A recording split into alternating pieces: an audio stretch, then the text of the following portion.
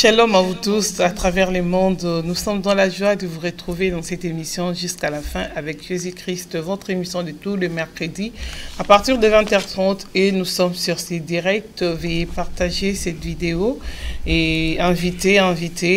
des gens. Nous sommes déjà en direct. Votre servante Nadine Efwanga est là pour vous et cette émission nous est réalisée par le pasteur Constant Efwanga. Avec moi sur ces plateaux, comme d'habitude, nous sommes avec le pasteur Massamba César. Shalom, pasteur.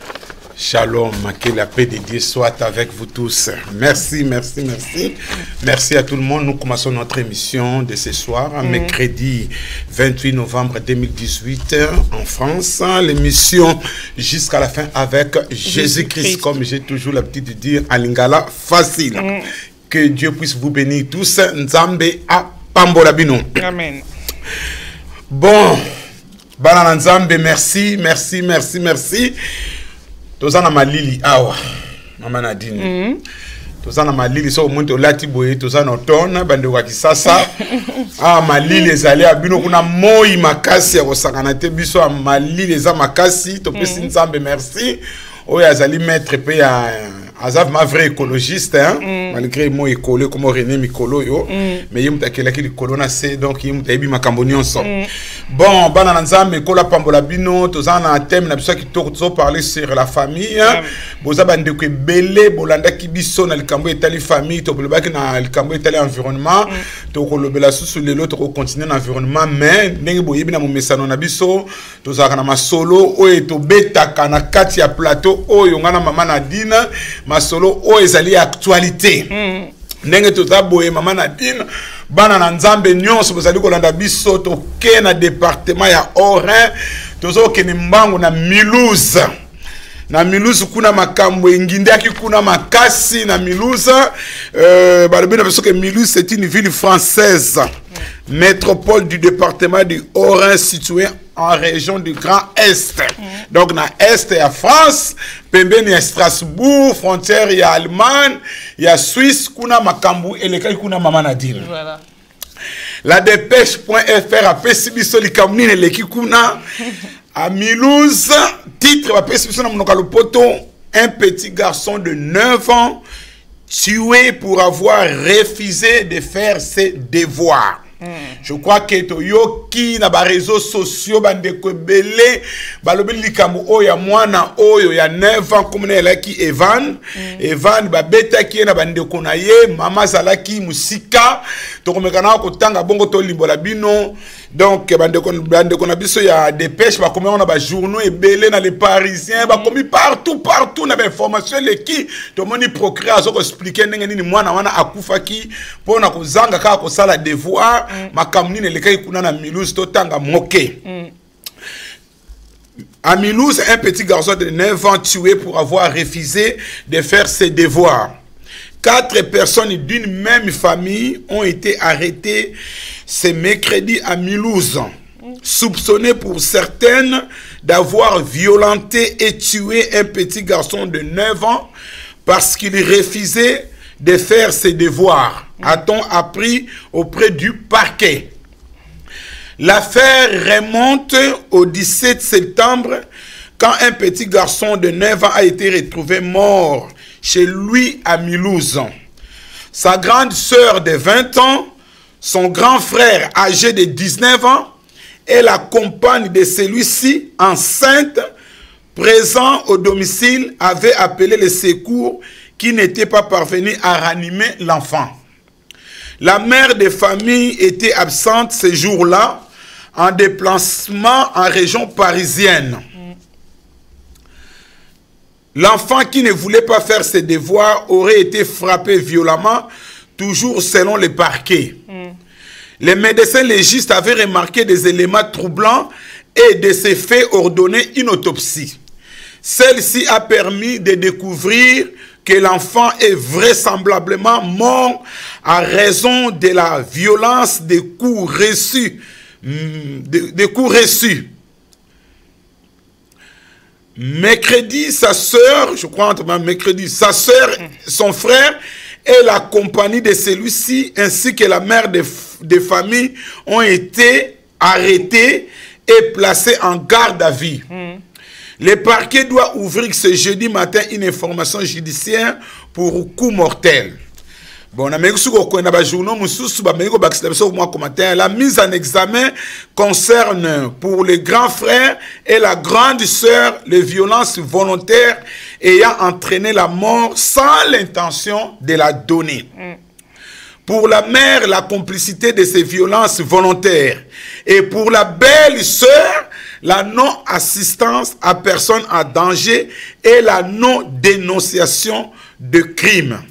Cette affaire est très complexe selon la procureure et l'enquête durera un moment. Donc, en plus, il y a des Congolais. Ndenge ba mama obo betaka ba masolo, mama ba obana Londres na landaki yo, ba mama soki ba la tatou bo betaka masolo, bo du Congolais, aza Congolais c'est une famille camerounaise. Donc boka c'était le ko ba mona ba photo moi sur la tcheba beauté wana, kaka ba Congolais ba ba la kitoko, Afrique mo ba tota kitoko, même ba camerounaise ba ta kitoko parce que tout le monde ba kabela biso mabenyo sa moki. Ba Congolais. Mama ba Congolais. Oh ba commentaire pasteur asale kobo Congolais. Nani Congolais nyoso ka ya mabe. Non mais maman a dit nous en raison ngape na lobaki ngabi. Donc mabe nous biso ba Congolais. Na sali na fouiller na landi procureur na landi na koti na yo mona ki aza famille moko camerounaise. Donc ce qui s'est passé maman zalaki na Paris, moi na sali devoir te atini ba yaya ba betaye. Likambo maman a dit je crois que to ko le blanc moi muke va to kota na mission na biso.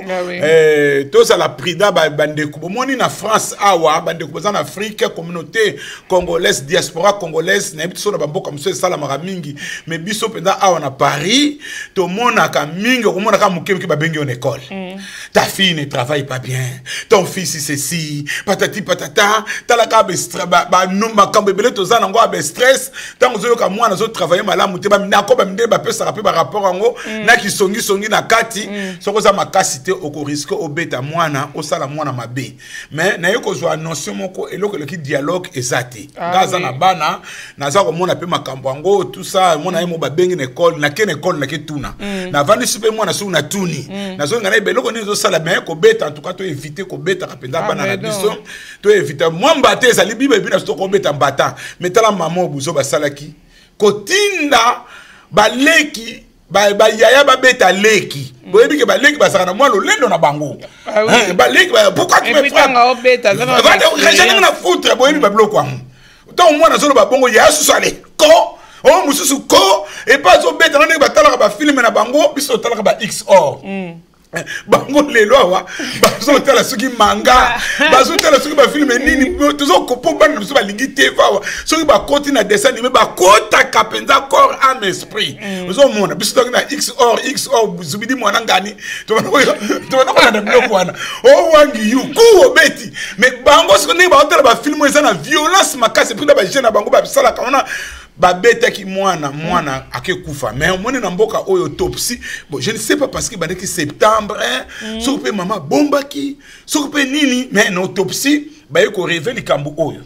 la bi mwana kufa na septembre ta kufi mikolo non mwana docteur ba akufa le même jour wana na septembre donc ta akufa na septembre ce côté on moni mundele so ko bengisi ba pomper tango ba yaka na mbila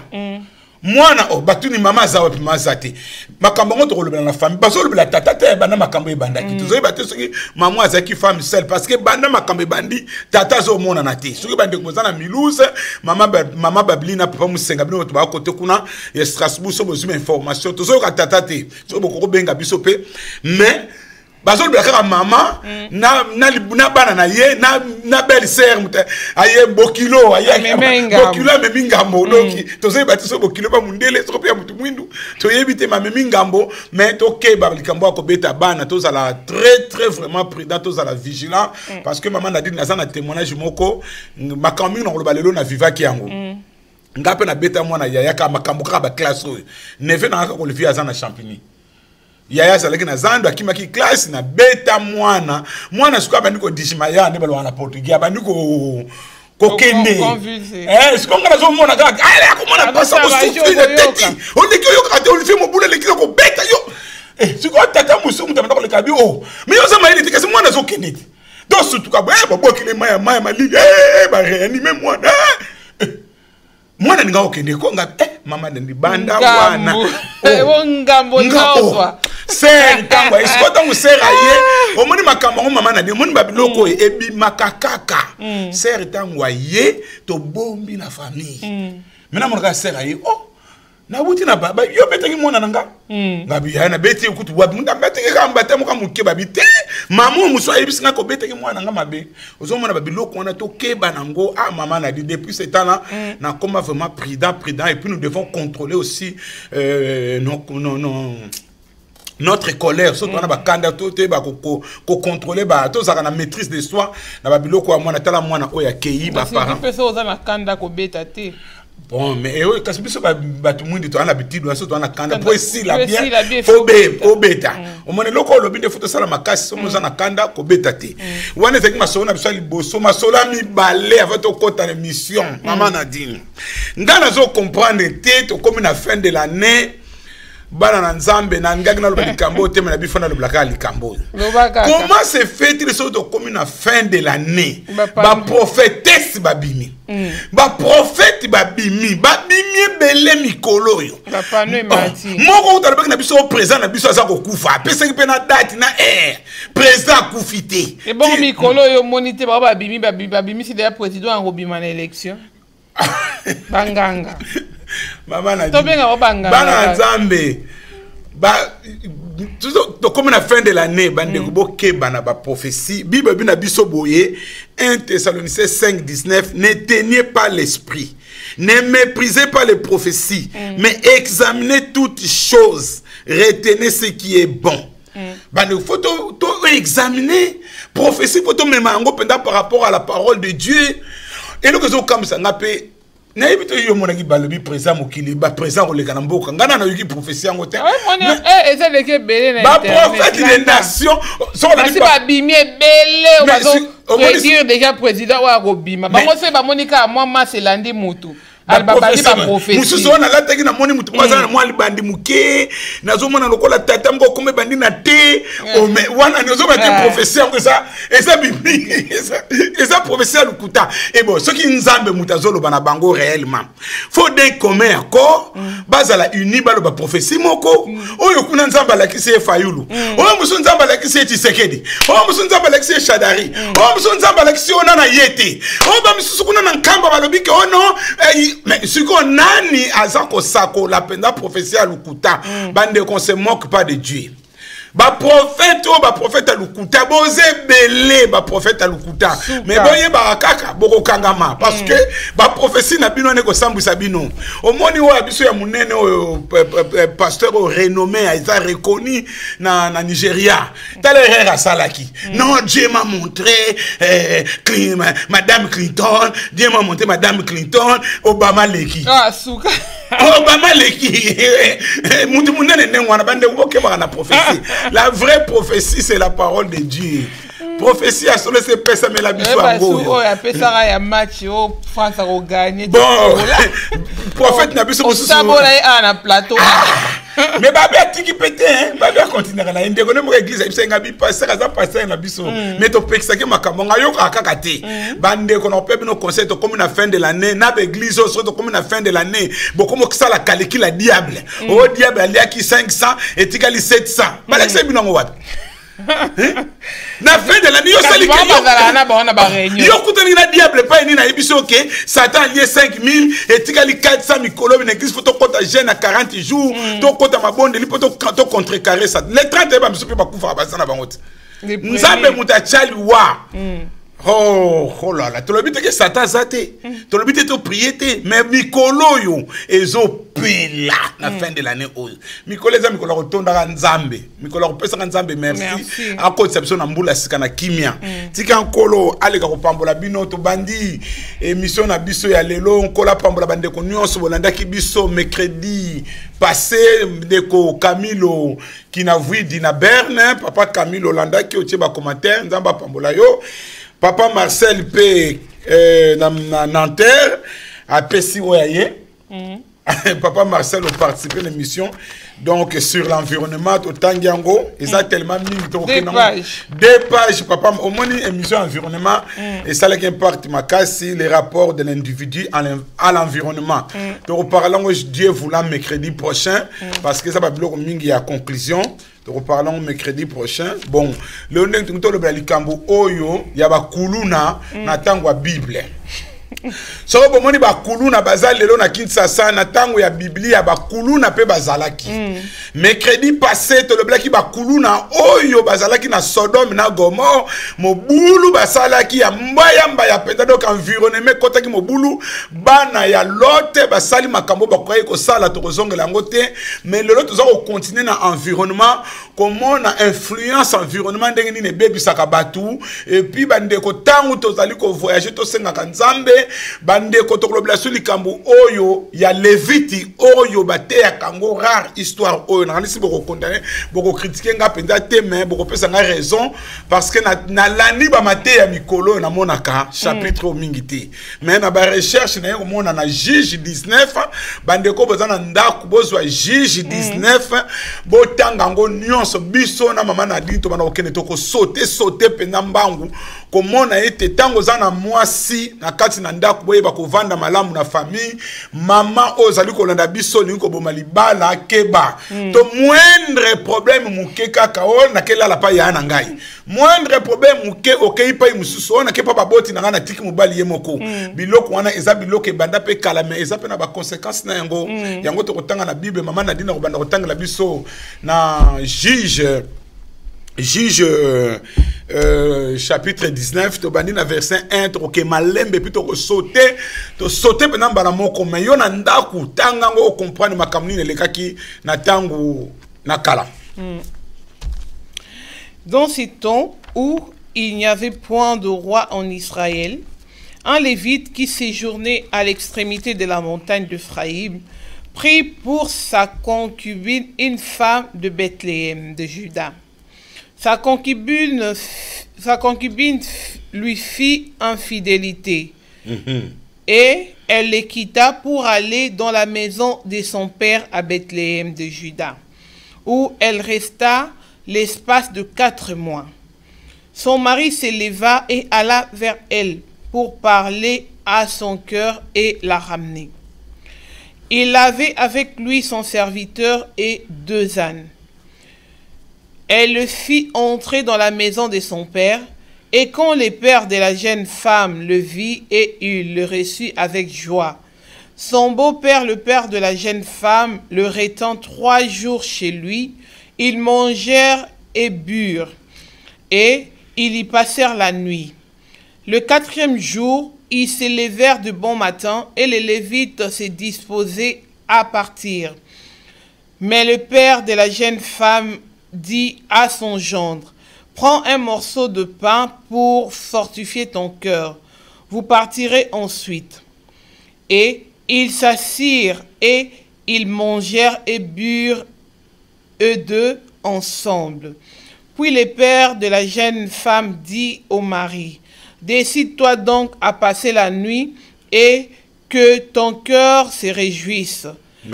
Oui, merci maman. Est-ce que la verset ni maman? Verset 6. Verset 6. Ah, comme tu as dit 6. Ok. Bon. To me kana ko expliquer muke makambezo le ka bande bota na likambo ya couple oyo ya Leviti oyo bateya kango rare maman Nadine mateya oyo. Bota la environnement libota oyo na kati na couple Leviti azwa ki mwasi concubine na ye concubine za lokwa tokolo ba deuxième bureau azwa ki mwasi mususu bo mwasi anga sala ki infidèle tanga sala ki infidèle ne to mona ka lelo ba bi fidèle akufa na ye kala soko fidèle azaka sute fidèle kam to koma ko bota ba mikolonio so mais ba o ba za pe fidèle ba za na bango pour exception sanga kate mais mwana mwasi oyo matata ba zaki lokwa zaki na mobulu mobali to ebito soka beta ki qu'est-ce qui s'est passé akangi bisaka akepa ya baboti na ye kuna asali 4 mois sans amine avandaki kuna mobali atala lingaki mwasi na ye mingi lokwa lingaki mwasi na mingi akepa bokilo ayambaki epe bien ayambi epe bien bavandi ba meli ba lié fallait ba zonga tongo etani bokula tie lisusu poko ebando koka bokula bi non faut kende faut otika la lisusu parce que poko ebandi ko ya atosa ki bokilo ne mama na di atosa ki atika la ki wana mais maman na di sauter penza to sauter to ke na verset 10 tanga sous verset 10 to kita muke. Le mari ne voulut point passer la nuit, il se leva et partit. Ils arriva jusque devant Jébus, qui est Jérusalem, avec les 2 ânes bâtés et avec sa concubine. Lorsqu'ils furent près de Jébus,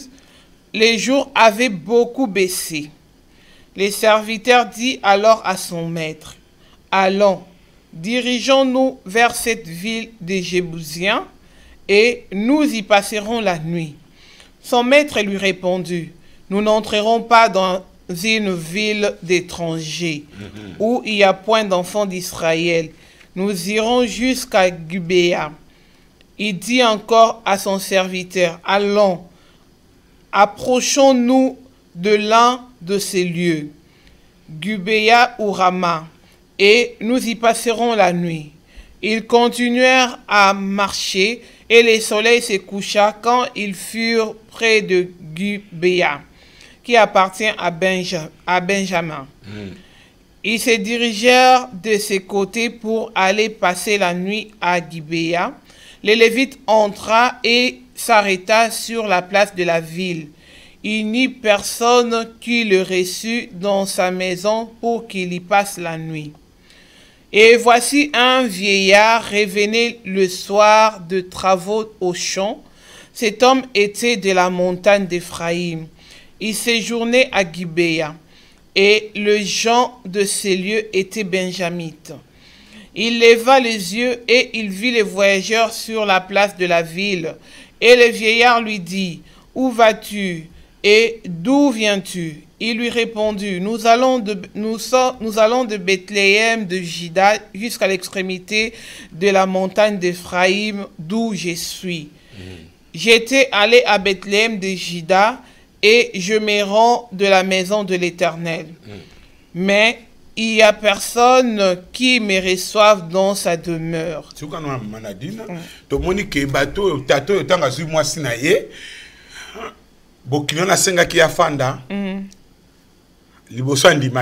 Basenge so avanda andimi après albi non ngana yeko zo mwasi na ngana ko vanda katango nyo so pa na yote ozo ko sala autre ba mingi na français procrastination tendance à remettre au lendemain likamba lelo et que nikaka lobe kende lobi albi non cette fois-ci makamuno oyo ya kupusa boya ngote ngana zui mwasi na ngapona yako zo mwasi na ngai et so ya binga malamu ngana zo zonga tango bazo zonga batamboli nega bible bina so bamboka tango ba yako koma na mboka ona jebisa il fallait soit qui sage ba vanda ba na jebis wana mais bon il faut la poser les allées kra koma na mboka parce que donc Hollande peut 4 mois c'est-à-dire avec na posa mois na ye donc 4 mois ba kutana mois c'était ba solo la tout ma yebite makamni le banda ko zelayi tant ba comme na Gibea a na pas ba Benjamita ba yamba ki penda bienté ba yamba ki bienté mais c'est pas là comment na bande ko na ye wana ba Benjamita a c'est pas là ba yamba ki bienté Dieu merci ne ba ba kaka grâce et mon na kaka bayo kutana na papa oya mobange oyo papa wa mobange oyo ayambi bango surtout ani malamu na verset 20 komona que na lingala balbi na biso bongo mobange wana alobi na ye yaka epai na nga monito yamba toto yamba te mon hospitalité parce que Bible c'est que bango baza en hospitalité l'hospitalité wana oyo nzambe na bango atika kengo pa ya Mose pa ya Abraham pa ya Mose pa ya bakoko na bango yango papa a appliqué hospitalité ayambi mutu oyo mais batamboka parce que tout totalité on ba komaki na mboka wana batamboka ba mona ki bango batamboka wana ta to landa bazaki na comportement nini environnement oyo bango ba komaki yango to ba la famille et l'environnement ba zaki na bango bien moi c'est vrai ça la qui bêtise bible bikazaki infidèle azonge pa ya tata na ye mobala lingaki moi sinaye akezo moi sinaye mais na retour ba yo koma na environnement moko ya malamu penzate parce que batamboka na ba mona ki mwasi wana ba moni tata wana ba moni pe batamisala ba moni pe ba mpunda na ye nyonso mais tangu tato ayambi bango Maman a dit thème na biso za na verset 22. Makambo ebandi na verset 22. Yango to tanga ki na lot et to zongi su na likambo ya homosexualité, likambo ba kuluna, likambo ya koyiba ebandi lelote. Y a rien de nouveau sous le soleil. Maman a dit tanga penda 22 kuta malembe na kimia boyo ka pai makambo environnement to koma ka ndenge nini mutabebaka ndenge nini makambo yaka na environnement mutazaki malama komi mabe mwana mwasi musu na kinda bandako lobatelo bina ngo papa moko pasteur mwasi ngazala ki baba me banda to koma awa me bata munoko bakosa kokam bata munoko bakosa kuma ko loba lokola chakuna bitu suki mutu suki pe milienga bi milliers ko keno musikate environnement donc to bandi na verset 22 bon on n'a rien de nouveau sous le soleil. Pendant qu'ils étaient à se réjouir, voici les hommes de la ville, les gens pervers. Les gens pervers entourèrent la maison, frappèrent à la porte et dirent au vieillard, maître de la maison, fais sortir l'homme qui est entré chez toi pour que nous les connaissions. Maman a dit tout na nwana bata mboka ngo basenga ki tolanda na lingala balobi etango bazala ki nanu ko solo la pe ko sepela bato ya mobulu bakuluna bato ya mobulu ya mboka yango baye ko zinga ndaku pe babeti porte balobi na mobange wana boye bimisela biso mopaya bapaya te bimisela biso mopaya oyo oyambi na ndako na yo poto yeba nzoto na ye, c'est bien précisé. Poto yeba nzoto na ye, ba voyou ya mboka, ba boyi mwasi wana me ba lingika mobali wana po ba violer ye. Donc il y a rien de nouveau sous le soleil, environnement autre comme na makamuni nezalaki wana, ba bimisela biso mopaya, poto yeba nzoto na ye. Verset 23 maman a dit no kotanga na français. Le maître de la maison se présentant à eux leur dit: "Non, mes frères, ne faites pas le mal,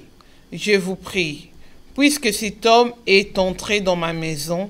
ne commettez pas cette infamie. Voici, j'ai une fille vierge, et cet homme a une concubine. Je vous les amènerai dehors, vous les déshonorerez,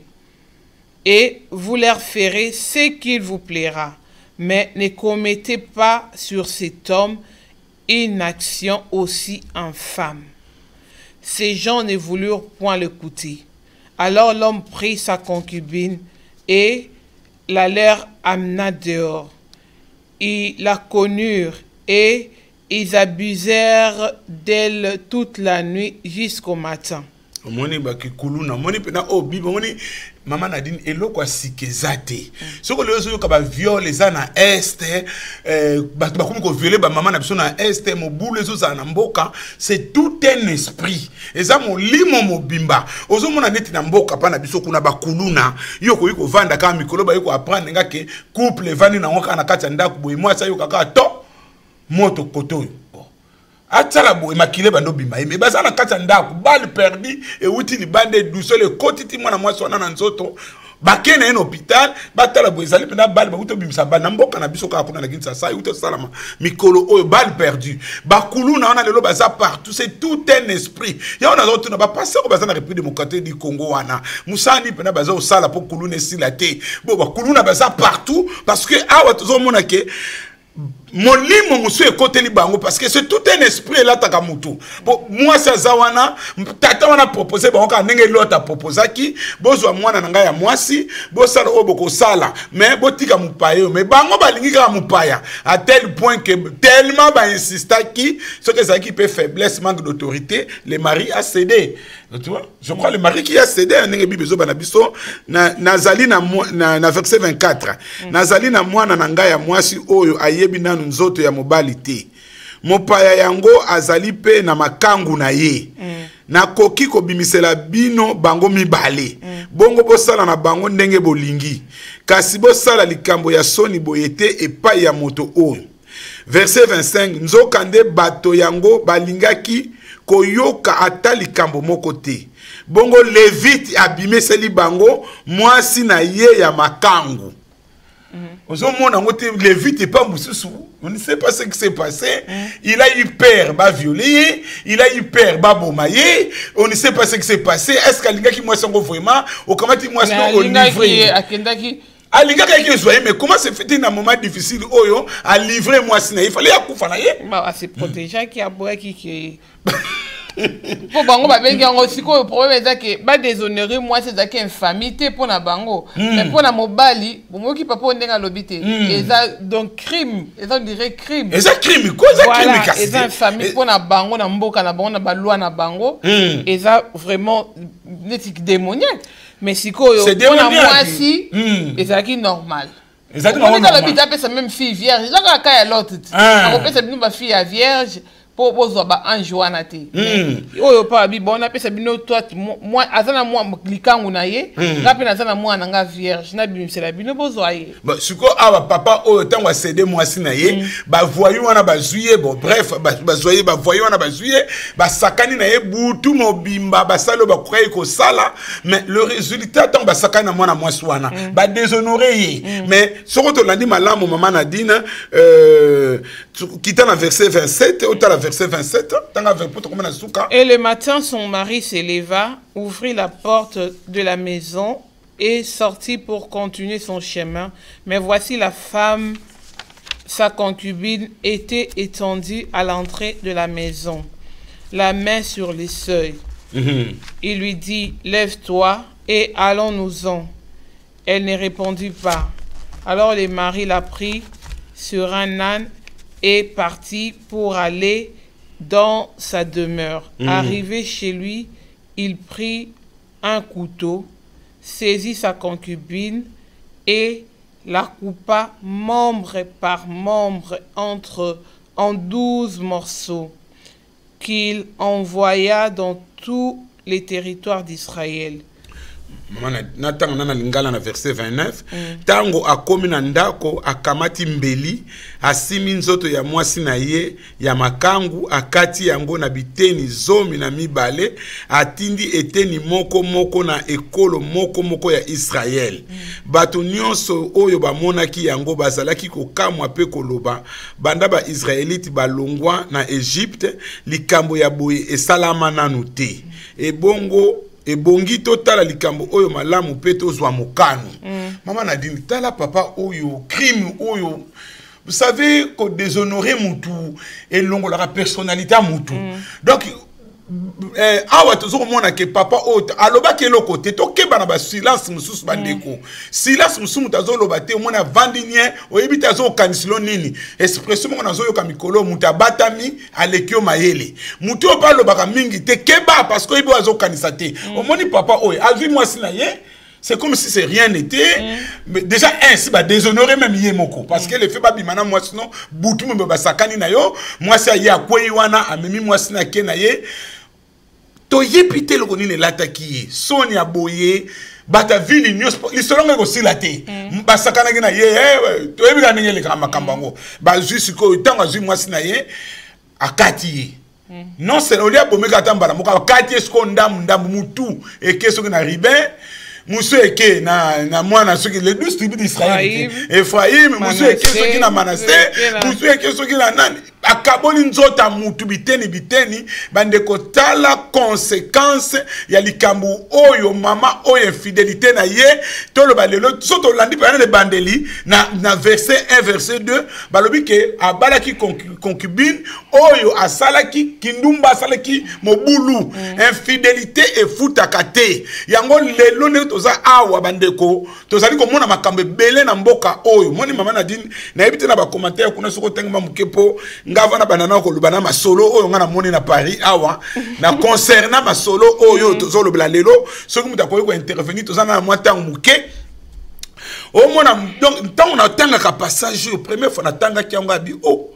makambo pesa na kati ya Bible na méditer pendant le bi or nembali bozoto yoka ngo ngai mingi ba yebi même solo te ba lobela ngo pendant pour le micro comme ka ba démon et donner vous serez donné vous serez béni tikambongo viens s'aimer encore micro to comme na décembre micro comme ka yango kala oui micro ba mingi mo ba bolo ba il faut mater mbongo mbona mbongo te moi dit oye mbona mbongo te mais o ezo sunga parce que tout total environnement maman Nadine tout le makambo eza sérieux chose sérieuse environnement de ni baby si ba couple ngana zolo ba no boy maman Nadine na bandi na point liboso moko ba uto boake bisaka awa kaka quelque part awa to bombi ka mboka otunenga passer masambo yeba makambo ndenge nini mama wana bengi nga bi passer masama na landa ko na télévision na uto boaka bisaka papa ngalobi oh mama papa mkaza mbali kitoko ndengo wana penza songa kuna mone na sepela kala ye alobi passer tala déjà code na ye moko téléphone na ye eza codé nga mwasi nyanda kuna mona ka code na ye te toke kisasa batato bakendaka na ba mama ko mona tiki mama ona keta la master ba biso ba keta la master ba biso ba keta la master te aketa la makangu alobi toke kisasa abake kanga ye moi je bakangi papa nazo kaka mutema sikuwa comme voyager pamba na bengana kiena ba minuit 30 na malilio kanga bisaka neka kozo kota wana kanga kende na tuni ndeko mwasi awo bengani ye ekole azolanda biso ndenge toloba azolanda biso awo bengani ye okovanda no bia lebite papa na kovanda nga bien oboyi ya bi pasteur na boyi na lingi lisusu te ya ça c'est une réunion te ya ça c'est réunion te ya le bi na kende alingi ko tutenga le bi mais maman parce que je connais la personne abi na yebisa qu'on est bandeli nini parce que la sœur je l'ai dit au début ngabi maman nazo mona clarté keba makambo tozo mona oyo ya ba viol makambo ezo salama ba maman. Je vous donne un conseil, nazali pasteur, nana ba témoignage ma casse na opesa bino lelo. Et loko nini ezo pousser bino ya koboya mibali. Et loko nini papa bengi si yo. Mariage tant tozo ko sala pour les meilleurs et pour les pires. Donc c'est-à-dire to linga kra papa ne sengote mais papa peut photo linga na tangu ya pasi. Tangu tata zo sala te, tangu tata po bino mikolo e komi kaka nzembo biso ba tata nzote sala kali susu te. Tangu tata nzote zo sala te. Nani ako aider? Et c'est le combat dialogue. Et c'est le combat ko solo la te. Ba tata ba boti biso to yoka ba ma solo ndenge to zo yoka ngo lelo te. Environnement ya poto mama musozo tambola tina ba matanga ma ozolo bapena mubali na kikongo mbati ya foi mubala lemba mubali boye mama ozo mona ngo normal est-ce que ko aider mubali na yote po lobi bo sala makambo bana bo batela bana parce que ko boma libala tala ba impact ezo kota ba conséquences oyo bana bazo kuta nango tala papa oyo ti akomi na niveau ya koboma nani mwasi na ko kata mwasi combien de Congolais babomi basina bango combien de Congolais et ce qui me fait mal la plupart on appelle les sœurs dans le Seigneur hein? Les sœurs dans le Seigneur, vous avez raison, comme Malibala, ceux qui peuvent au makamsusu, au moni clarité, au moni bena clarté, et aux choix na yo, to pekisiote, mais pesa ba raison pendant aux familles ko vanda penetali, mais ils ont raison craquer, mubala ko raté. Oh, bana bana na tisko mbala ko raté, ngale na zo contre la batata. Ba maman o ba mibali ba ko raté, bo benga biso na télé lelo awa to solo la fara. Parce que ba koko na biso ti na 80 ans Équateur ikuna na ba Kasai na baba Congo na bandundu. Ba nzoto na bango ti leleza ko sala baza na 80, au moins na pas bali moi na 25 ans. Bon yoka na pote comme kaka ba en plus maman na dit ce qui m'énerve bazo ki na kisasa basi yango ba ko critiquer biso ke ba tata poto nzoto koma pio nzoto lemba na bâtiment kasi mbonga bâtiment wana kasi yango zo latisa yote. Qu'est-ce qui se passe dans Katia Milé Nabiso? Maman a dit, j'ai beaucoup de témoignages. Comment on a été, ndeko moi si, abandi ko sala moboulou. Oui, ça n'a pas 95, les 30, les 31. Na 95, tout à poto kala. Histoire vraie que je vis dans mes propres yeux. Ndeko moi si, abandi sala moboulou. Bazo pekisa etika mobulu azana kata libala mais azolanda bata makase ya koto po bango ba mibali ndenge zo sala malelo ba mambo zo yokate ba pekisa ndeko wana zo yokate ba pekisa ndeko wana zo yokate mobali na ye abimaki azongi akomi na ndako akuti mwana na ye ya 16 ans, mwana na 14 ans, mwana na 8 ans, mama azalaki te. Papa zui monduki to na mwana 16 ans, na mwana 14 ans, na mwana 8 ans. Ye moko papa kimi ake komiboma. Histoire vraie o esalami o ngana moni na misu. Likolo nini mama aboyaki papa. Papa kokai ko supporter ko boya na wana te. Environnement oyo to komi na mboka oyo ebotaki babiloko wana e sukaki wana te ememaki baliwe ebele. Liwa oyo ememaki baliwa ebele. Aujourd'hui la pauvre dame soko moni ye oyoki le mawa. Likoloka ya kolanda mobali mususu bandeko tozana mboka moko pasi ezana mboka oyo bande ko bozona ndabso na Congo partout ndeko botala makambo soko ndeko na mwasa otilo babiloko tanzo sepela azalaka femme seule faut botuna ye pourquoi oza femme seule qu'est-ce qui se passe ngana yebi ndeko moko mama ayako sola nanga abilanga pasteur en tout cas na komi na suka je préfère na vanda boy na apona ni na pisinga ba raison na tali penda ba raison ngo penda na moni oui ndeko mwasa komi na suka ndeko mwasa ko mobali penda nyokoliye anyokoliye ndeko mwasi akokaki lisusu te. Et là je n'ai pas condamné cette dame parce que ba preuve mona na ke ndeko mwasa condamné ndeko mobala nyokolaki ndeko mwasi wana. Donc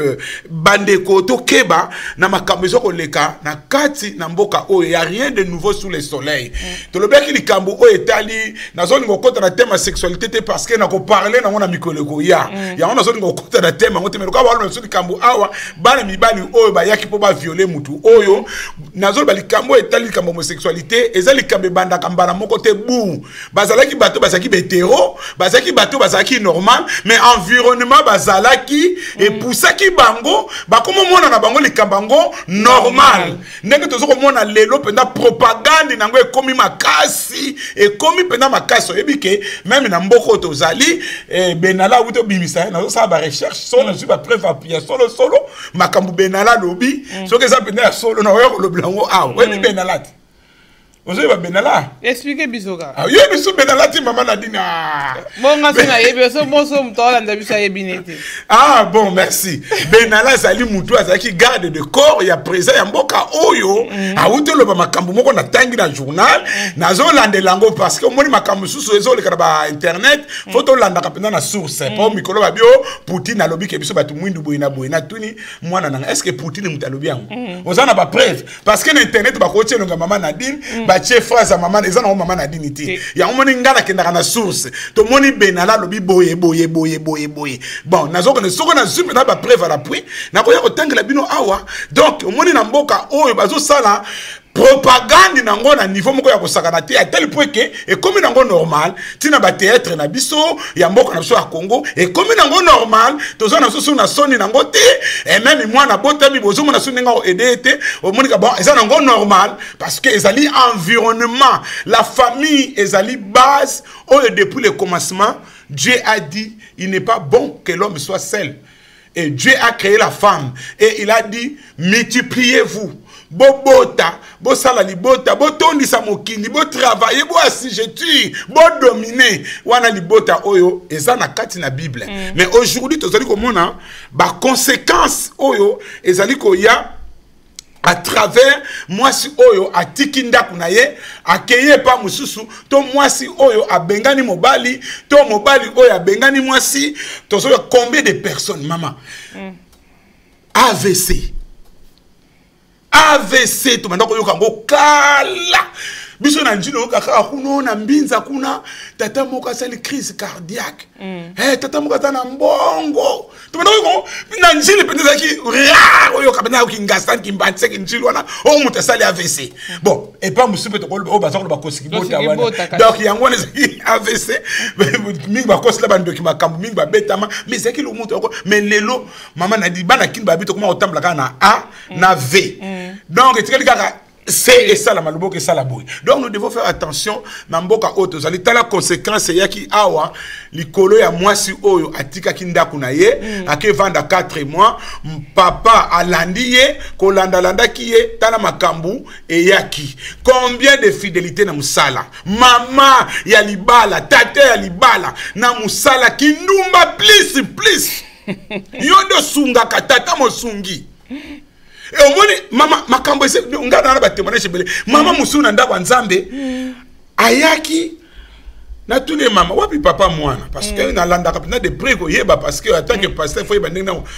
papa mama wapi papa mwana tu sais papa mwana azaka kanda to kabwana esa na koko mona ye o te akoya na yetenga yo loba na ye pasteur alinga mona ye mais amemela nga tata mwana te mais un jour na otambola kaka boye namona sere mpenza oloki sere azongisha ni fille na wi bon nga mpona bosani ye mutu ayebaki nga papa pasteur ça va oui ça va ma sere enatalinga mama boninga ozongi ongeli ya bien papa nasala nga kaka mais l'église ayelaka nga lokola muta mais nakuti na balabala penza jipi penza wala la bionda penza te donc on a autre la sœur ote na kena quelque part na mon téléphone leli akuti na mutu mo boye na hôtel na musika na mutu ngomba solo na ngabe bon ça me regarde pas de quoi je me mets les avis na ngate mais et tu gagnes na ba qu'est-ce que songi songi donc kota ki penza et kota ki penza na bité on peut na mona clarté attends que penza tata na bité po na ningo bon na bombi ba place on peut l'exater na bombi mama na di poso na ningo ba place ngo ba ya Paris ba comprendre que te a dekonaki et ça ba place on na so OK ba bité so ko mona mwana masa koti place wana likambo eza wana parce que na telema ki pembeni wana kaka ndena ona ba ba za ba comprendre milliard donc na telema na otala nga bité ya we abimiawa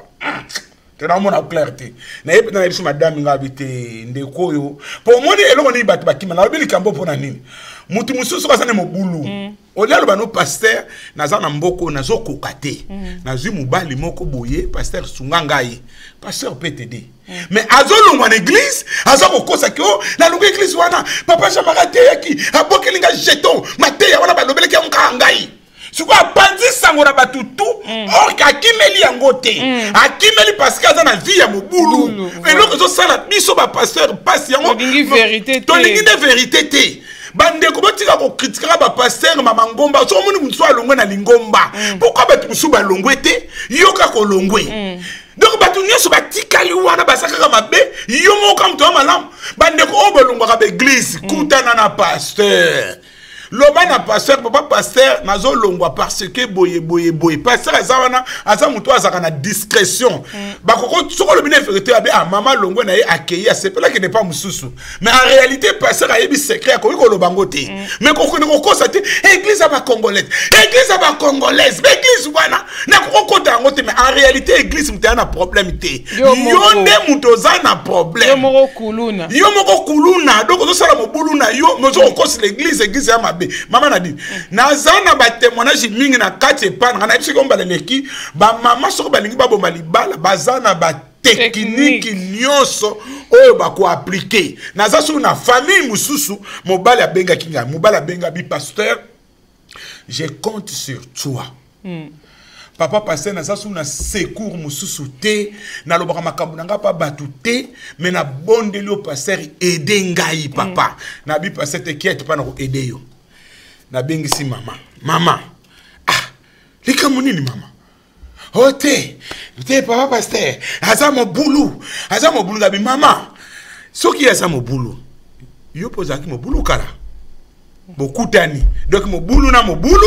bokutani lokola bino mo bulu na mo bulu bokutani siko bozu kimia bokomo vana ndako moko est-ce que maman koko limbisa papa te biso ba papa na nating na biso tolinga ko sala mwa mobulu ya CCCR moko mais est-ce que ko limbisa papa te mais lokola mama environnement zalaki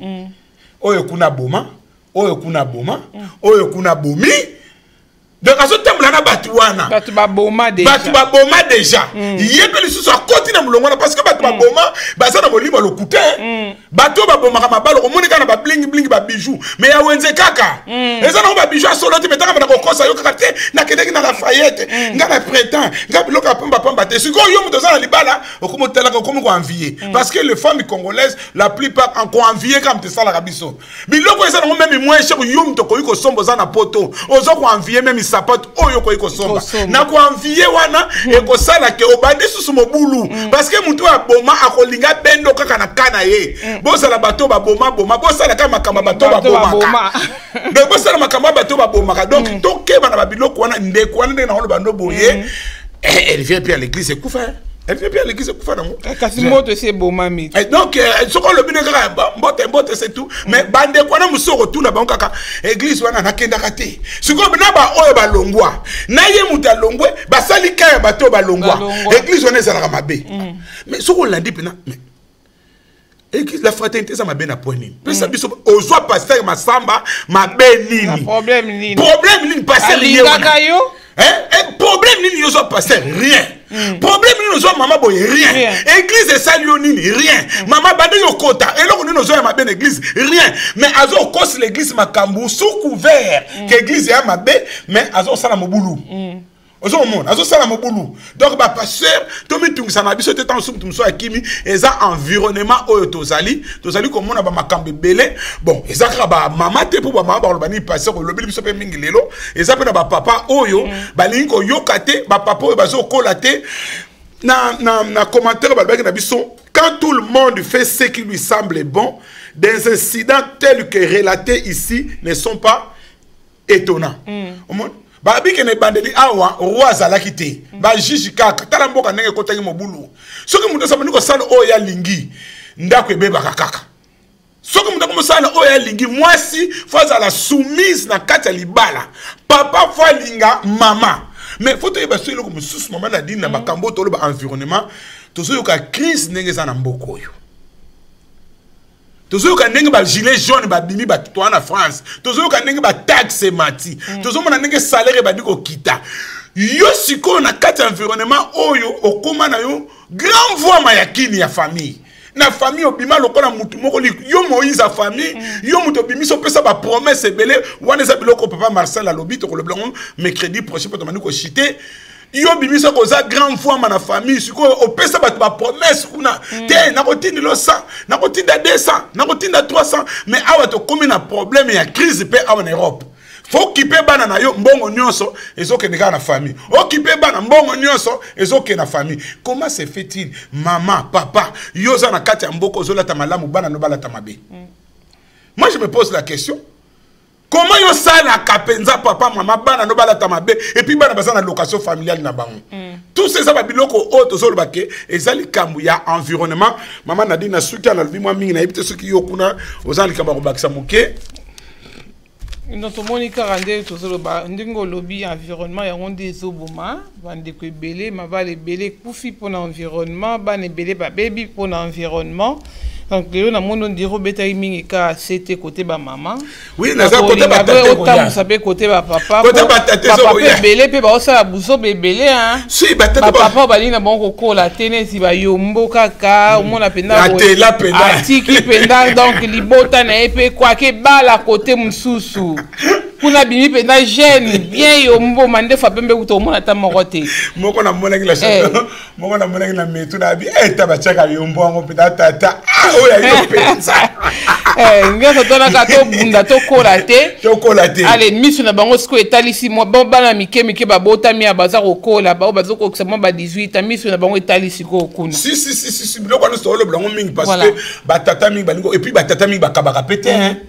et puis ba bango ba maman ngo bazo kabona pena mibali ba otika na bana ngo pe éducation malamu ezate lelo bana ngo kaba comme ozabonka na batata bazo kotika na banda kuna bango wana si ba la plus parce que comme tolo ba tu faut yana ba likamba silence ke bana mutu alobakate bomeli bana ke bana mutu alobakate aya ko sala ba dégâts makambo susu oko regretter na yango na kati ndako na yo moko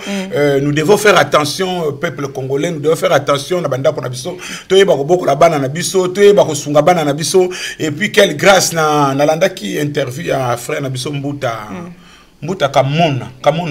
Kamoka Mbuta Kamoka na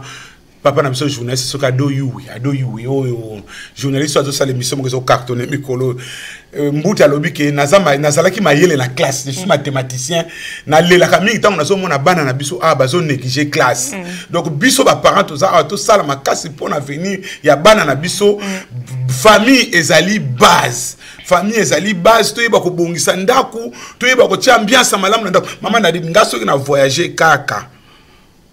Il y semaine au corateur kabana bako mobenga. Papa reviens, il y a plus l'ambiance à la maison. Papa zonga, ambiance ça sous tête très gana maman. Donc nazo mona ce qu'on a autant la famille est divorcée. na otala ba famille yo tata zate bon oyo ba kufa pe à l'air zam nzamba zo lokumu mais oyo boma libala na désordre maman ozoko no siko okumu ko bima et puis ba maman na ba bomi mabala a préféré que na ne ba muziki donc ma femme c'est belé donc eloko ça ko luka kaka liberté que ne musique pour que na ba musique ça mande ko to comme wapi. De quoi je me mets le kolobanga passer ni kamnini boyo na biso lelo yo bongo na biso bolo baka bongo yo bongo na biso passer masamba te nazo ba makambo eza réalité ba témoignage msu na lobité eza belé o na zana ngo banana na France soki ba 30 ans ngoyo ba témoignage eza belé misu ba koti na mabele likolo kaka pona nini ba environnement auto zali to keba to préparer à venir à bana na biso mboka auto ebi eza mboka auto ya na biso yako ya pona ngana na mboko eza ya bana auto boti biso ba biso mboka na biso Congo République démocratique du Congo bana na so ba bota mi ya bango de tokolo ba lokola France mboka na bango mais biso ba biso soit République démocratique du Congo donc to yeba ke bana na biso mboka na bango ngo to sunga bana parce que bazo kola na environnement oyo to lakisa bango mais surtout na kata ndaku dialogue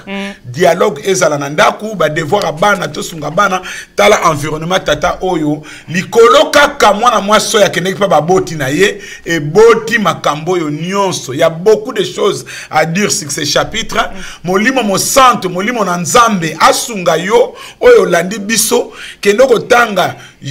juge 19 o ba bengi na ngala bilombe chapitre 19 nyonso tangango penda chapitre par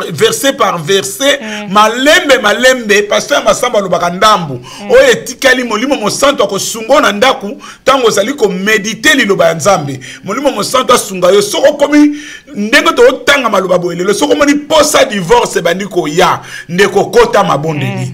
mabondeli solo na papa luka moma moko favorable benga papa yo pe papa soko moni posa ya divorce ba papa tata ba divorce bazali papa moni posa divorce zali solo la pena mama ozomona solo na mama soki s'agit ba pare bazali ba pare ba kosunga bino l'église est là aussi pour vous aider to ba famille pe zali wana pona ko aider bino poto kende pour les meilleurs et pour les pires jusqu'à ce que la mort nous sépare. Que Dieu puisse vous bénir na auto yekoli lelo na muke auto yekoli to parler likambo oyo molimo mo santo asunga bino na lingo kota na ba exemple belé te ba vie privée ba tumusu to kolobate mais ba exemple ze belé auto ko tanga na makambo oyo. Nous allons parler sur la sexualité, nous allons parler sur la famille. Quand on a sur la sexualité, on a des problèmes makambu mingi comment dominer ba désir comment kobima na babilo kwana comment ko surmonter comment ko détecter que quelque part quelque chose qui ne va pas. Et ça babilo ko otokoye ko la na ba mikolo ko ya vraiment que le bon Dieu notre Seigneur puisse vous bénir tous, que Dieu vraiment puisse nous bénir tous, que message est tombé na place à malamu ndenge Jésus qui la bonne semence c'est quoi na mabele malamu et bota vraiment mbuma et ça la befe na on a quatre na banda ko na biso nzambe apambola biso nzamba apambola pe bino nyonso bolandi biso mama Nadine ayibita va na pesa ba annonce na ngai ouais to comme na biso na suka to ko ba annonce et puis to we ba na kokoti merci nzambe apambola bino c'est ça qui wa bino pasteur Masamba to parler ba kuluna ya Bible rien de nouveau sous le soleil OK bah pervers batamoboulou donc tout nous question que faisons-nous devant les valeurs morales qui ne cessent de se détruire progressivement? Que faisons-nous dans la valeur morale comme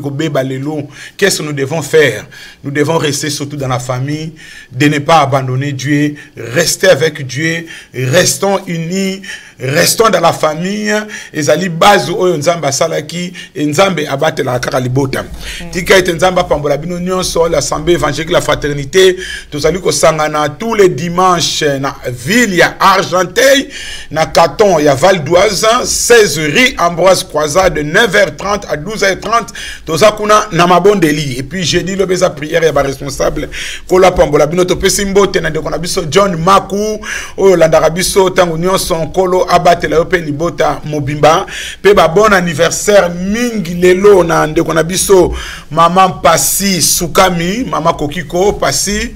bon anniversaire nzamba batela yo to wuti musikati lelo to sali ko persévérer mama Pasi Sukami Kokiko nzamba batela yo pe ndeko na biso na Kinshasa na église ya pasteur Lema Christ Espérance frère na biso Malou Ndama frère Malou Iber Kolo apesa bino makasi ba bon anniversaire kimia ezala na mabota na bino nyonso tokutani mercredi prochain tozali ko continuer na likambo etali famille soki baremake ezali ba suggestion ezali numéro na ezali wana 06 51 30 98 29 bobengi to sololi que Dieu vous bénisse tous nazong semaloba epa ya mama Nadine. Merci pasteur Massamba pour Nathan oyo to passer vraiment ezaki moment moko ya découverte ya masolo oyo ya juge vraiment nzamba pambola bino apambola pe ba obalandi beaucoup kana kokoba kotanga penza ba histoire oyo pona koyeba na ko comprendre ndenge pasteur Massamba ayebisi biso na kati na esika oyo to komi na biso na suka na émission ya lelo to pesi merci mingi na bandeko balandi biso na poko ya lelo ndeko na biso Rigobert Kunku. Que Dieu te bénisse abondamment. Nzamba pambola pe ba ono so bolandi biso na mikili eza na Kinshasa eza na Angola eza na Afrique du Sud eza na partout hein bisanso bozali obolandi biso a na Paris nzamba pambola bino amona bino vraiment bo continuer ko panza ba message oyo po ekokana kosunga bande ko mususu oyo baza na kati na ba situation oyo soki yo est concerné yo vraiment te. Vraiment, merci à notre réalisateur, le pasteur Constant, pour avoir conçu et avoir réalisé pour nous cette émission. Et merci aussi à notre pasteur Jean-Marie, que Dieu les bénisse abondamment. Et merci encore, pasteur Massamba. Namoni pasteur Massamba, ozobuka na koseka, nga na za rochite na ngai. Merci. Babi, comment on peut gabaro, baya gelor. Papa Coucou, merci papa Rigobert. Alors mon chaba yombo, papa Obega bon, baya gelo. Que Dieu vous bénisse, merci. Merci vraiment la maman Babi, na papa Moussera à Strasbourg, merci papa Babi, papa Moussera. En tout cas merci. En tout cas to lingi bino mingi ya ce qui est sa monanité azongité toko kutana bino. Na émission na biso ya liboso ya mois de décembre keba na ba prophétie to koti décembre to kota kalate keba